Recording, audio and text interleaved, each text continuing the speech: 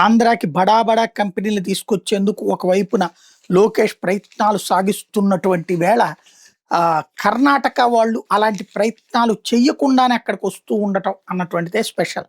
Amazon వాడు ఇప్పుడు ఏసియాలోనే largest కేంద్రాన్ని బెంగళూరులో ఓపెన్ చేశాడు.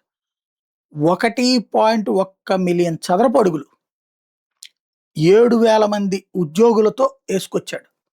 $40 బిలియన్ ఇండియాలో ఇన్వెస్ట్ చేస్తానని చెప్పిన దాంట్లో భాగంగా ఒక ఎత్తు. ఇంకా $35 బిలియన్ రెడీ అన్నాడు 2030 నాటికి. లాంగ్ టర్మ్ కమిట్మెంట్కి రెడీ అంటున్నాడు. కాబట్టి మనం వాళ్ళని విజయవాడ గుంటూరు ఏరియాకి పిలవచ్చు, వైజాగ్కి కాకుండా.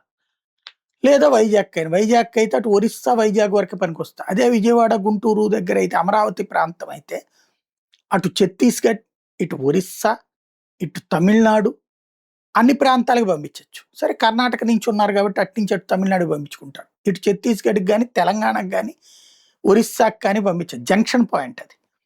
ఆ పాయింట్ చెప్పి మనం మాట్లాడాల్సి ఉంది.